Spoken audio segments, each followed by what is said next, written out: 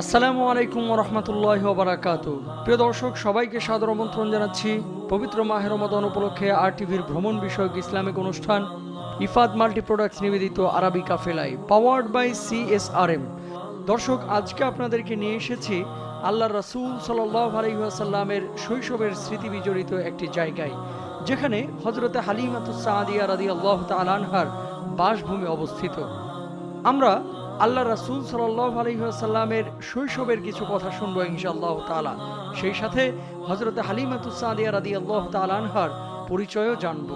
আজকে আলোচনায় রয়েছেন শেখ সাদিকুর রহমান আল আজহারি। আসসালামু আলাইকুম ওয়া রাহমাতুল্লাহ। ওয়ালাইকুম আসসালাম ওয়া রাহমাতুল্লাহি ওয়া বারাকাতুহু। কেমন আছেন মুহতারাম? আলহামদুলিল্লাহ, ভালো আছি আলহামদুলিল্লাহ। মুহতারাম, শুরুতে আপনার কাছে জানতে চাচ্ছি হযরত হালিমাতুস সাদিয়া রাদিয়াল্লাহু তাআলা আনহা কে ছিলেন, তার পরিচয় কি? রাসূল করিম সাল্লাল্লাহু আলাইহি ওয়াসাল্লাম মক্কাতুল মুকাররমাতে জন্মগ্রহণ করলেন। জন্মের পরেই আরবের শিশু বাচ্চাদেরকে শুদ্ধ ভাষাভাষী সুন্দর আরবি শেখানোর জন্য আরব বেদুইনদের কাছে পাঠিয়ে দেওয়া হতো। আরব বেদুইনদের মধ্য থেকে হযরতে হালিমা রাদিয়াল্লাহু তাআলা আনহা, তিনি সেই মক্কাতুল মুকাররমাতে এই প্রান্ত থেকে তিনি সেখানে গেলেন। হযরতে হালিমা রাদিয়াল্লাহু তাআলা আনহার পরিচয় হচ্ছে, এই যে উপত্যকাটি আমরা দেখতে পাচ্ছি, এই উপত্যকা এবং এই পাহাড়, এই এলাকা, এটা ছিল বনু সাদ গোত্রের। এই জন্য হালিমা রাদিয়াল্লাহু তাআলা আনহাকে বলা হয় হালিমাতুস সাদিয়া। এরা যে সত্যিকার অর্থেই ভাগ্যবান ছিল তার প্রমাণ হলো সর্বশ্রেষ্ঠ মেহমান রব্বুল আলামিনের পক্ষ থেকে সে মুহাম্মদুর রাসূলুল্লাহ সাল্লাল্লাহু আলাইহি সাল্লাম এই প্রান্তে বড় হয়েছেন। এটি সৌভাগ্যের একটি নিদর্শন। হালিমা রাদিয়াল্লাহু তাআলা আনহা, তিনি ছিলেন সাদিয়া গোত্রের মেয়ে। ওনার বাবা ছিল হালিমা বিনতে যুআইব, স্বামী ছিল হারিস। হালিমা রাদিয়াল্লাহু তাআলা আনহার 3 সন্তান ছিল। যে ঘটনাটি না বললেই নয়, বিশ্বনবী সাল্লাল্লাহু আলাইহি সাল্লামকে যখন হালিমা নিয়ে আসতে গেলেন, নিয়ে আসতে চাইলেন না, মনে মনে ভাবলেন যে ইয়াতিম শিশু বাচ্চা, তাকে নিয়ে যাওয়া আর না নিয়ে যাওয়া তো সমান কথা। কিন্তু মনে মনে ভাবলেন যে একবারে খালি যাওয়ার চেয়ে একটা সন্তান তো নিয়ে যাই। যখনই নিয়ে উটের মধ্যে বসালেন, সাথে সাথেই যে উটটি আগে দৌড়াতে পারতো না, একবারে দুর্বল ছিল, সে উটের ভিতরে বিশ্বনবী সাল্লাল্লাহু আলাইহি সাল্লাম বসেছে বিদায় আল্লাহ পাক গতি দিয়ে দিলেন। যখন ঘরে নিয়ে আসলেন, পাশেই বকরি ছিল, যে বকরির বানের ভিতরে কোনো দুধ ছিল না, পুরোটা বান ভরে দুধ চলে আসলো। আল্লাহর নবী এক দুধ পান করতেন আর আরেক দুধ তার ভাইয়ের জন্য রেখে দিতেন। হালিমাতুস সাদিয়া বিশ্বনবী সাল্লাল্লাহু আলাইহি সাল্লামের যে পরম্পরা আছে, বংশীয় পরম্পরা, মুহাম্মদ ইবনে আব্দুল্লাহ ইবনে আব্দুল মুত্তালিব, হাশিম ইবনে মানাফ ইবনে কিলাব ইবনে মুররা, কাব ইবনে লুআই ইবনে ফিহর, মালিক ইবনে নদর ইবনে কেনানা, মুদরাকাত ইবনে ইলিয়াস ইবনে মাআদ ইবনে আদনান। 17 জন পুরুষ বিশ্বনবীর পিতা, দাদা, দাদার দাদা, এইভাবে 17 নাম্বার পুরুষে গিয়ে হালিমার সাথে মিলে যায়।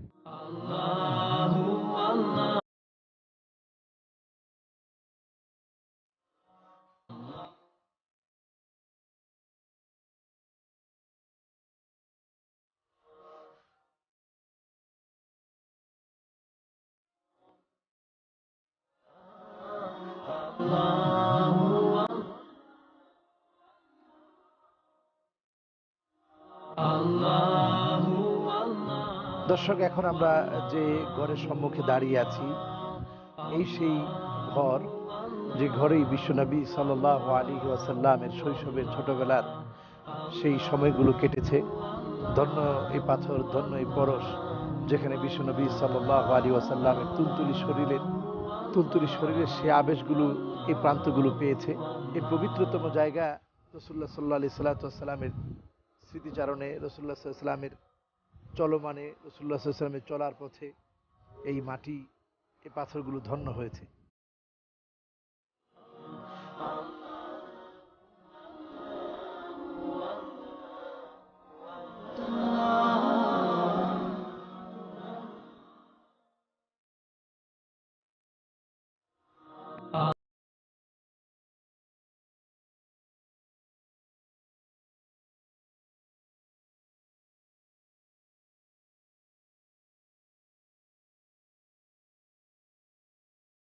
রাসূল করিম সাল্লাল্লাহু আলাইহি ওয়াসাল্লাম হালিমাতুস সাদিয়া রাদিয়াল্লাহু তাআলা আনহা, ওনার সাথে ওনার দুধ বোন ছিল শাইমা এবং ভাই ছিল আব্দুল্লাহ।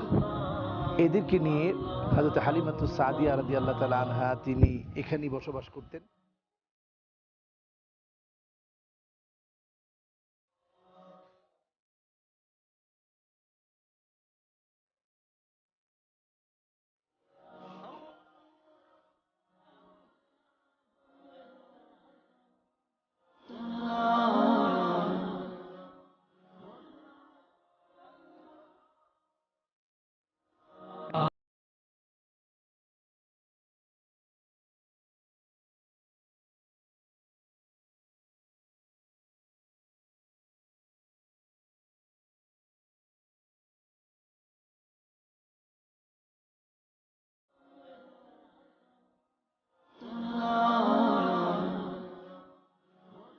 দর্শক, বহু পথ পেরিয়ে শুধু লন্ডন থেকে অনেক ভাইরা এখানে এসেছে। আসসালামু আলাইকুম ওয়া রাহমাতুল্লাহি ওয়া বারাকাতুহু। وعليكم السلام ورحمة الله وبركاته. كيف تشعر في هذا المكان المبارك الذي مضى رسول الله صلى الله عليه وسلم في زمن شتى؟ جئت في هذا المقام سمى به بني سعد، قبيلة سيدة حليمة السعدية رضي الله تعالى عنها. هذه المقام النسبة برسول الله صلى الله عليه وسلم الذي عاش في هذه الأماكن، منطقة وفي أماكن تقريبا 4 سنوات. والمسلمون يحبون رسول الله صلى الله عليه وسلم، وكل شيء ينسب به رسول الله صلى الله عليه وسلم، منطقة أو صوب أو أي شيء. زمان رسول الله صلى الله عليه وسلم في هذا تقريبا ذكريات في هذا المقام لنا في قلوبنا وأذهاننا، وحب رسول الله صلى الله عليه وسلم يزيد في هذا المكان في قلوبنا في قلوبنا. তিনি বললেন, এই সেই জায়গা, বিশ্বনবী সাল্লাল্লাহু আলাইহি ওয়াসাল্লাম শৈশবের 4টি বছর এখানে তিনি অতিবাহিত করেছেন। আল্লাহ নবী সাল্লাল্লাহু আলাইহি সাল্লাতুসাল্লামকে আল্লাহ পাক এই নির্জন ভূমিতে, জনমানবহীন এক জায়গায় বিশ্বনবী সাল্লাল্লাহু আলাইহি ওয়াসাল্লামকে শুদ্ধ ভাষাভাষী আরবের বিখ্যাত পরিবার দিয়ে বিশ্বনবী সাল্লাল্লাহু আলাইহি ওয়াসাল্লাম বড় হয়েছেন। এই জায়গাগুলোতে আসলে পরে বিশ্বনবী সাল্লাল্লাহু আলাইহি সাল্লাতুসাল্লামের মহব্বত, রাসূলুল্লাহ সাল্লাল্লাহু আলাইহি ওয়াসাল্লামের আদর্শ অনুকরণের চিন্তা প্রত্যেকটা মুসলমানের জাগ্রত হয়। এজন্য বিশ্বনবী সাল্লাল্লাহু আলাইহি সাল্লাতুসাল্লামকে মহব্বত করে এখানে আমাদের আসা উচিত।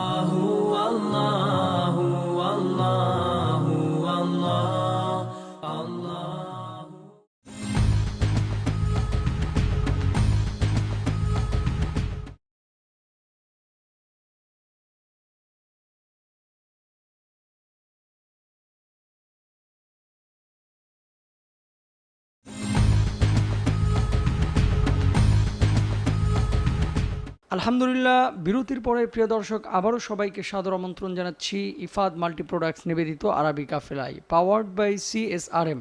দর্শক, আজকে আমরা অবস্থান করছি হযরতে হালিমাতুস সাদিয়া রাদিয়াল্লাহু তাআলা আনহার বাসভূমিতে, যেখানে আল্লাহ রাসূল সাল্লাল্লাহু আলাইহি ওয়াসাল্লামের শৈশবের স্মৃতি জড়িয়ে আছে। আমরা মোহতারাম সাদিকুর রহমান আল আজহারীর কাছে চলে যাচ্ছি আল্লাহ রাসূল সাল্লাল্লাহু আলাইহি ওয়াসাল্লামের শৈশবের আরও কিছু কথা শুনতে। মোহতারাম, আল্লাহ রাসূল সাল্লাল্লাহু আলাইহি ওয়াসাল্লামের যে বক্ষ বিদীর্ণ করা হয়েছিল তার কারণ কি ছিল? রাসূল করিম সাল্লাল্লাহু আলাইহি ওয়াসাল্লামের বক্ষ বিদীর্ণ করা, এটি নবী করিম সাল্লাল্লাহু আলাইহি ওয়াসাল্লামের জীবনে 4 বার ঘটেছিল। এর মধ্যে হালিমাতুস সাদিয়া রাদিয়াল্লাহু তাআলা আনহার বাড়িতে শৈশবের এই সময়ে শাক্কুস সাদর এই প্রান্তরই হয়েছিল। আসলে বিষয়টি হচ্ছে এমন, নবুয়ত প্রাপ্তির জন্য সার্বিক যে প্রস্তুতি, ছোটবেলা থেকে যে প্রস্তুতি রব্বুল আলামিন সে প্রস্তুতিকে সম্পন্ন করেছিলেন। আল্লাহর জান্নাত থেকে জান্নাতি বরফ এবং জান্নাতি পাত্রে বিশ্বনবী সাল্লাল্লাহু আলাইহি ওয়াসাল্লামের বক্ষ বিদীর্ণ হয়, যেটাকে কোরআনুল কারীমে রব্বুল আলামিন এইভাবে বলছেন, আলাম নাশরাহ লাকা সাদরাক ওয়া ওয়াদা'না আনকা বিজরাক الذي أنقض ظهرك ورفعنا لك ذكرك فإن مع العسر يسرا إن مع العسر يسرا فإذا فرغت فانصب وإلى ربك فارغب। রব্বুল আলামিন এখানে রাসূলকে স্মরণ করিয়ে দিচ্ছেন, হে রাসূল, আমি কি আপনার বক্ষ বিদীর্ণ করি নাই? তার মানে হচ্ছে বক্ষ বিদীর্ণ করার মাধ্যমে আল্লাহ রাব্বুল আলামিনকে আফতাবুন নবুওয়া খাতামুন নবিয়্যিন হিসেবে তিনি পৃথিবীতে আসবেন সাধারণ ছেলেদের মাঝে। আর উনার আচরণের মাঝে একটা পার্থক্য আছে, সেই পার্থক্য যেন ছোটবেলা থেকেই বিশ্ব নবী নিজেকে আলাদা করতে পারে, এজন্য শাক্কুস সাদর করা হলো, বক্ষ বিদীর্ণ করা হলো। যেমন ছোটবেলাতে অন্যান্য শিশুরা তাদের চারণভূমিতে যখন ছাগল চড়াতে যেত, কখনো কখনো তাদের লুঙ্গি, তাদের ইজার খুলে যেত, কিন্তু বিশ্বনবীর জীবনে এমন কোনো ঘটনা হয় নাই। কাপড় খুলে যেতে নিলেই বিশ্বনবী টেনে সেটাকে পরে ফেলতেন। একবার যখন খুলে যেতে নিল, বিশ্বনবী সাল্লাল্লাহু আলাইহি সাল্লাম অজ্ঞান হয়ে গেলেন। সমস্ত নবীরা যে জিনিসটা চেয়ে পেয়েছে, আল্লাহর নবীকে আল্লাহ পাক বিনা চাওয়াতে তা দিয়েছেন। যেমন নবী মুসা আলাইহিস সালাতু ওয়াস সালামের চাওয়া থেকে আমরা দেখতে পাই, কোরআন কারীম সেটাকে কোট করেছে, রব্বি জিদনি ইলমা رب اشرح لي صدري ويسر لي أمري واحلل عقدة من لساني يفقه قولي। আল্লাহ পাকের কাছে নবী মুসা আলাইহিস সালাতু ওয়াস সালাম ফরিয়াদ করলেন, আয় আল্লাহ তাআলা, আপনি আমার বক্ষকে প্রশস্ত করে দেন, বক্ষ বিদীর্ণ করে দেন। আল্লাহ, আপনি আমার বক্ষের ভিতরে আপনার তাওহীদের জ্ঞান দিয়ে দেন। আল্লাহ, আমার জেহেন শক্তিকে বাড়িয়ে দেন, কথা বলার যোগ্যতা দান করুন, মানুষ যেন কথা বুঝে সেই জ্ঞান দান করেন। আর আল্লাহর নবীকে আল্লাহ পাক বিনা চাওয়াতে, কারণ তিনি আখেরি নবী হবেন, সমস্ত নবীদের নবী, শ্রেষ্ঠ নবী, আফতাবুন নবী, এজন্য আল্লাহ রাব্বুল আলামিন বক্ষ বিদীর্ণ করার মাধ্যমে নবী করিম সাল্লাল্লাহু আলাইহি ওয়াসাল্লামকে প্রস্তুত করেছিলেন। এই ঘটনা 4 বার হয়েছে। এই 4 বারই বিশ্ব নবীকে শ্রেষ্ঠ নবী হিসেবে, সাইয়্যিদু ওয়ালাদি আদম, সমস্ত আদম সন্তানের মধ্যে তিনি শ্রেষ্ঠ, সেই শ্রেষ্ঠত্ব প্রমাণে আল্লাহ পাক নবীকে প্রস্তুত করেছিলেন নবুয়তের জন্য।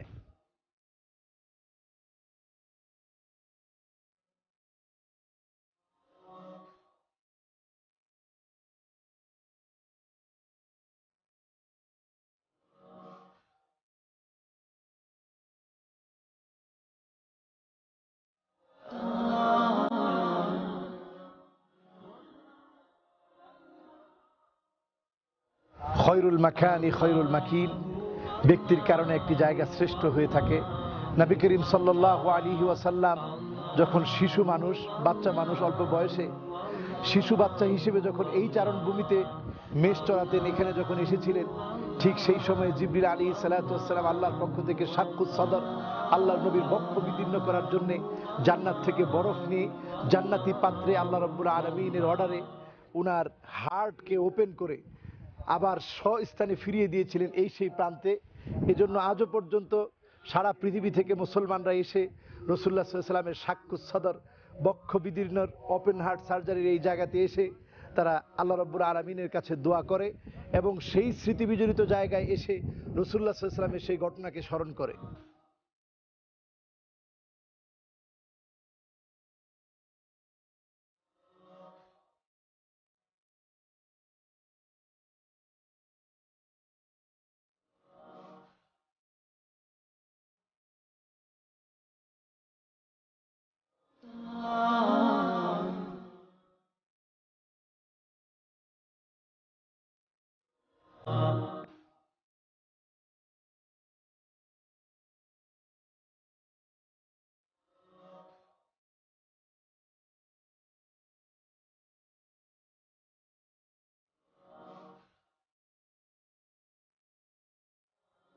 ربنا ظلمنا أنفسنا وإن لم تغفر لنا وترحمنا لنكونن من الخاسرين اللهم اهدنا واهد بنا واهد الناس جميعا إله العالمين أكرم الأكرمين الله সুদূর বাংলাদেশ ছেড়ে হাজার হাজার মাইল দূরে তোমার নবী যে জায়গাতে বড় হয়েছে, তোমার নবীর পা যেখানে পড়েছে, শৈশবের খেলাধুলার সাক্ষী বিশ্ব নবী যেখানে সময় কাটিয়েছে রে আল্লাহ, পবিত্র এই জায়গায় আমরা বাঙালি কয়েকজন মিলে তোমার শাহী দরবারে হাত তুলেছি। আল্লাহ তাআলা পাথরগুলো আজ পড়ে রয়েছে, এই পাথরগুলোর কত সৌভাগ্য, বিশ্ব নবীর পরশে ধন্য হয়েছে পাথরগুলো। রাহমাতুল্লিল আলামিন, গোটা পৃথিবীর শ্রেষ্ঠ নবী, নবীদের নবী, বিশ্ব নবী এই জায়গার মধ্যে বড় হয়েছে রে আল্লাহ। আল্লাহ তাআলা এখানে আসার পরে নবীজির কথা বেশি বেশি মনে পড়ছে আল্লাহ। আমার নবীজি দুনিয়াতে আসার পরে ইয়াতীম হয়ে এসেছিলেন, ওনার দুনিয়াতে বাবা ছিল না, কার না জানি মা নাই। রব্বুল আলামিন মা যাদের দুনিয়া থেকে চলে গেছে, আল্লাহ তুমি মায়ের কবরটাকে তুমি জান্নাতের টুকরা বাগান বানায় দিও। রব্বুল আলামিন বাবা হারা মা হারা সন্তান ছিল নবী মুহাম্মদ সাল্লাল্লাহু আলাইহি সাল্লাম। আয় আল্লাহ, আমাদের যাদের মা নাই বাবা নাই, মা বাবার কবরে আল্লাহ সন্তানের দোয়া পৌঁছে দিয়ে আল্লাহ তুমি গুনাহ খাতাগুলো মাফ করে দিও। আল্লাহ এই দুনিয়া বড় ছোট জায়গা, আল মাউতু কাসুন কুল্লু নাসিন শারিবুন, আল কবরু বাইতুন কুল্লু নাসিন দাখিলুন। মৃত্যু বড় কঠিন, মৃত্যু এমন একটি পাত্রের নাম যে পাত্র থেকে সবাই পান করে। কবর এমন একটা ঘর যেই ঘরে সবাইকে একদিন ঘুমাতে হয়। রব্বুল আলামিন মালাকুল মাউত আমাদের কাছে আসার আগে আমাদের প্রত্যেককে রোজাদার, নামাজি, আল্লাহ মুত্তাকি হিসেবে কবুল করে আল্লাহ তুমি আমাদেরকে ডাক দিও। আল্লাহ যখন মালাকুল মাউত আমার আপনার সকলের ঘরে চলে আসবে, আল্লাহ তুমি আমাদের জবানে জারি করে দিও মধুরতম কালেমা লা ইলাহা ইল্লাল্লাহু মুহাম্মাদুর রাসূলুল্লাহ সাল্লাল্লাহু। প্রিয় দর্শক, এতক্ষণ দেখছিলেন আপনাদের প্রিয় অনুষ্ঠান ইফাদ মাল্টি প্রোডাক্টস নিবেদিত আরবি কাফেলা, পাওয়ার্ড বাই CSRM। আজ এ পর্যন্তই, ইনশাআল্লাহ তাআলা আগামীকাল ঠিক একই সময় আবারও হাজির হয়ে যাব। সে পর্যন্ত সকলেই ভালো থাকুন, সুস্থ থাকুন, নিরাপদে থাকুন, সে দোয়া রইল।